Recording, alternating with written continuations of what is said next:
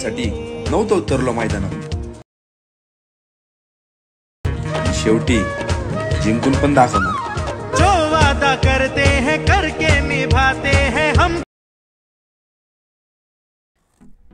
जय महाराष्ट्र भावांनो, स्वागत आहे तुमच्या लाडक्या भावाच्या यूट्यूब चॅनल म्हणजे ऋषी एडिटमध्ये।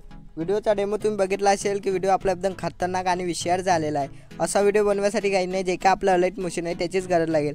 जेवढं पण मी मटेरियल यूज केलं ते सर्व डिस्क्रिप्शनमध्ये आहे, तिथे जाऊन तुम्ही डाउनलोड करू शकता। नवे आले तर तुमच्या भावाच्या चॅनलला सबस्क्राईब करा, लाईक करा आणि कमेंट करा। चला न वेळ घालवता आपण आपला व्हिडिओ चालू करूया। सिंपल भावांनो, अशा प्रकारे आपलं बिटमार्क ओपन करायचं। ओपन केल्यानंतर जे काय आपला मॉडेलचा फोटो आहे किंवा तुमचा फोटो लावायचा असेल तर तो अशा प्रकारे घेऊन घ्यायचा। घेतल्यानंतर याला लास्टपर्यंत घेऊन जायचं। घेऊन गेल्यानंतर याला फुल स्क्रीनमध्ये करून टाकायचं। केल्यानंतर भावनो जे काही दोन बीट आहेत तिथे आपल्याला एक कट मारायचा आहे। अशा प्रकारे दोन भाग करून टाकायचे या फोटोला। एवढं झाल्यानंतर हा फोटो अशा प्रकारे खालती घेऊन यायचा आणि हा पण अशा प्रकारे खालती घेऊन यायचा।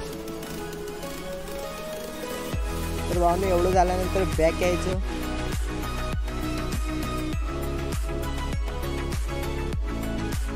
भावनो बॅक आल्यानंतर आपलं शेक इफेक्टवर जायचं।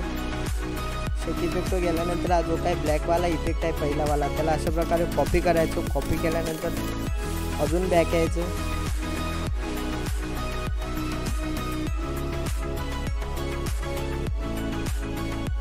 बॅक आल्यानंतर आपल्या बिटमार्कमध्ये जायचं।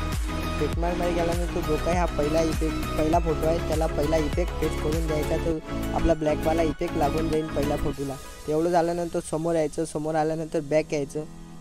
बॅक आल्यानंतर आपलं जे काही शेक इफेक्ट आहे त्याला अशा प्रकारे ओपन करायचं। ओपन केल्यानंतर हा दुसरा इफेक्ट कॉपी करायचा। कॉपी केल्यानंतर अजून बॅक यायचं।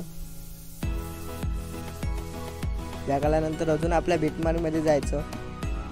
बिटमार्कमध्ये गेल्यानंतर जो काही हा दुसरा फोटो आहे त्याला हा दुसरा इफेक्ट पेस्ट करून घ्यायचा अशा प्रकारे।